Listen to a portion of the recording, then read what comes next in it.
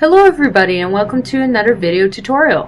Now for this week's tutorial, the character that was chosen for this week was Hendursaga, and he's essentially the god of law. He's a Sumerian god. Now since there's not too much information, actually there's very little information on this deity, obviously I had to refer to cultural texts that I could find to get ideas on the concept of the character itself. Now, what I did notice about some of the Sumerian sculptures and relics essentially that are left over from that time period is that they had a very distinctive beard-like motif on most of their characters and interpretations of high-ranking officials. So I'm assuming that this was more of a cultural thing and that this was very prominent in their culture. So for this reason, I made sure to incorporate this in the overall design of the character. I did refer to some of the sculptures that I found to get ideas on some of the headdress and some of the clothing that would have been most uniquely worn during that time period. Now, I didn't have too much information for the symbols that would have represented essentially a law-like authority for that time period.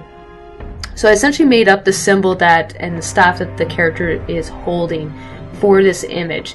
Now, generally I do try to make sure that the symbols that I'm using are fairly accurate, so if I can't find enough information to essentially justify the use of a symbol, I try not to use it.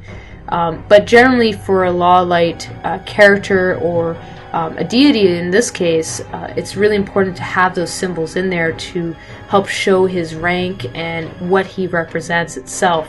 And since I couldn't find anything that fit it, I decided to just make something that looked official to that culture.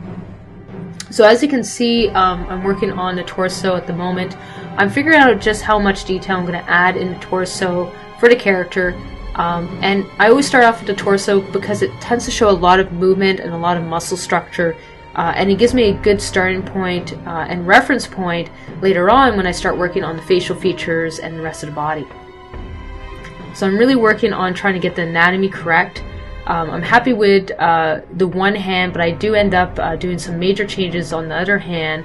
Right now I'm just figuring out the structure that is supposed to be there, and I'm going to redo the staff accordingly once I figured out the basic structure. So now that I have the basic structure figured out for the hand, now I'm going to add in the staff, and this time it's in the correct perspective as well. So as you can see, I did add the very distinctive beard that's in essentially most of the sculptures and hieroglyphs for that time period. And I will go in and add quite a bit more detail later on. I will start adding a color layer shortly just to help emphasize and figure out the colors that I'm going to actually use in the overall painting. It's easier to do so afterwards once I figured out the basic structure, because then I'm not worrying about the color. So I'm just figuring out the perspective for the beard, because I'm making his beard very solid, so it's not very movable. It's he's a deity, so he can do pretty much whatever he wants when it comes to facial hair. He's not limited to what we would consider normal facial hair behavior, so he could do whatever he wants. Maybe he's able to manipulate it in whichever pattern he wishes. You will see me later on near the end actually change the hair as well. I do quite a bit of changes in there for his back hair to help blend it in a bit more with the background. Now, to give him more of an official look, I started adding essentially some of a neck headdress almost to this character, and I tied in some of those same design elements into the belt that he's wearing and the cuffs. So I started adding a secondary color to the shadows. It's a dark brown. I did not add any glowing eyes in this case because I didn't find that the character actually needed it. But once I started using the brown for the shadow areas, I started adding it for the anatomy as well to really help emphasize some key portions of the body. Now I'm trying to not overdo it, so I'm actually doing this on a separate layer as well, just to make sure that it's still correct. Softening up some of the colors. and just darken back up. So this entire image was actually not that long. It took about 4 hours to complete this entire painting. So it was a fairly shorter piece. I wasn't doing the whole body, I was just doing the focal point, which was essentially the main character. I did want to have very much a law-light stance. If you look at current law symbols that we have in both Canada and US, you tend to have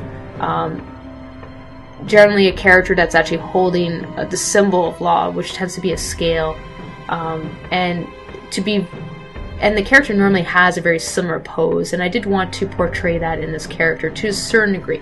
I didn't want to copy the pose, obviously, but I did want to insinuate essentially a tie. It's something that most of us have seen represented in some aspect, so for this reason it makes sense to include this in the design, because it's something that we're familiar with currently.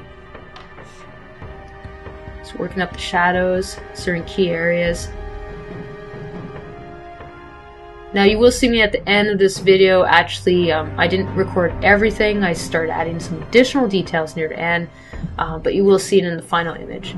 I'm just darkening up some of the shadows. I'm making sure that my contrast levels are correct as well. So essentially what I normally do is I set up a saturation layer and I just turn it on and off as I'm comparing some of the aspects, just to make sure that there's enough contrast between the character and the background so that the character stands out. So right now I'm just adding some of the background.